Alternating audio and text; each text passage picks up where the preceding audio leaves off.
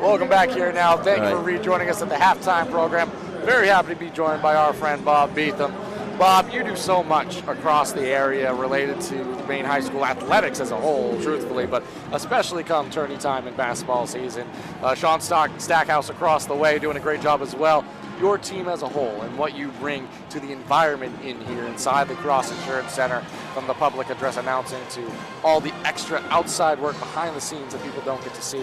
Maybe just describe for folks at home all the work and all the great stuff that you and your team do. Sure. So typically what I'll do is I get the tournament scheduled about a week or a month ahead of time. The first thing I do is I schedule our public address announcers. So we have 3 of us that rotate throughout the tournament. We'll each do, there's 42 games in the Northern Maine tournament, so we'll each do 14 of them. So myself, Sean Stackhouse, and then Rich Ezzy, who comes down from Aroostook County. This is his second year. Sean's been doing it a long time. And then I think this is my 6th or 7th tournament that I've been doing the public address here at the Cross Insurance Center. And you guys do a tremendous job. Obviously, you had some action earlier on. 42 games. By nature of having that many games to work and do, you see a lot of basketball inside this gym and gymnasium.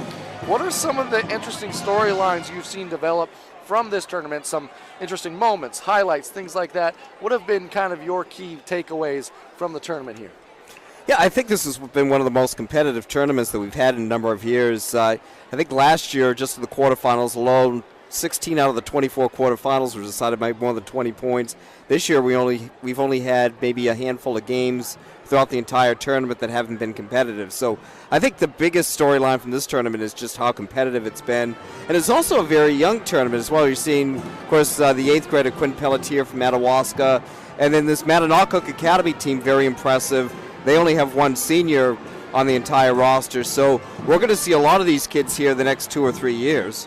And that is such a healthy thing for the sport of Maine high school basketball, which we are all clearly so passionate about, yourself included, dating back to the time where you were on kind of the prediction shows related to the high school basketball season. When you think about it from start to finish, have there been any interesting storylines that you didn't anticipate from the beginning of the season to where we are now, the regional final game here at the Class C North Tournament? Well, I think certainly you look at the Madawaska team. They haven't been here a long time, and then Madanocook lost the preliminary round game last year.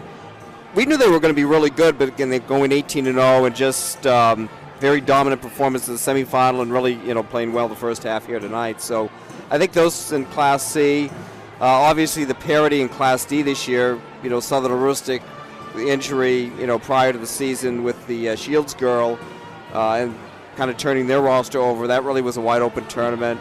But no, it's been very, very, very competitive and just a really outstanding tournament. I was telling some friends a week ago Thursday prior to the tournament, I felt like a little kid on Christmas Eve just getting ready.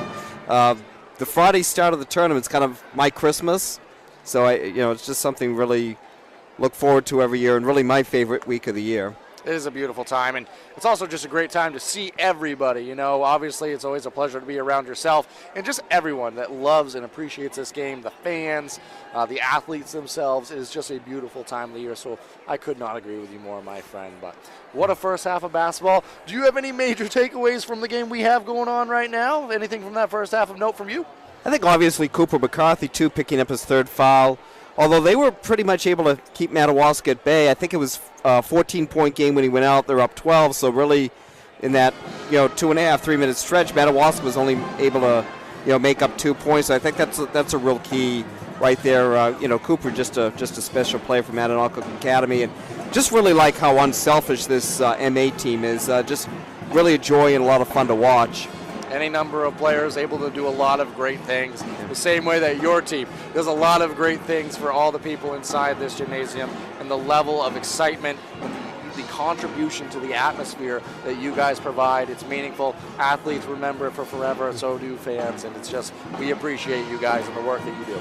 Well, thank you, and I really appreciate that too. We try to put a lot of work into it, make sure that everything, there are no snags. We make sure we get all of the kids' names right, because it's very important that I think we do a professional job, and The last 3 years, though, I've had the opportunity to kind of be in charge of our public address announcing team. So I want to look for people that make it about the kids and really aren't there to steal the show, but want to make it about the kids and really do a professional job. And I think it's really, really important.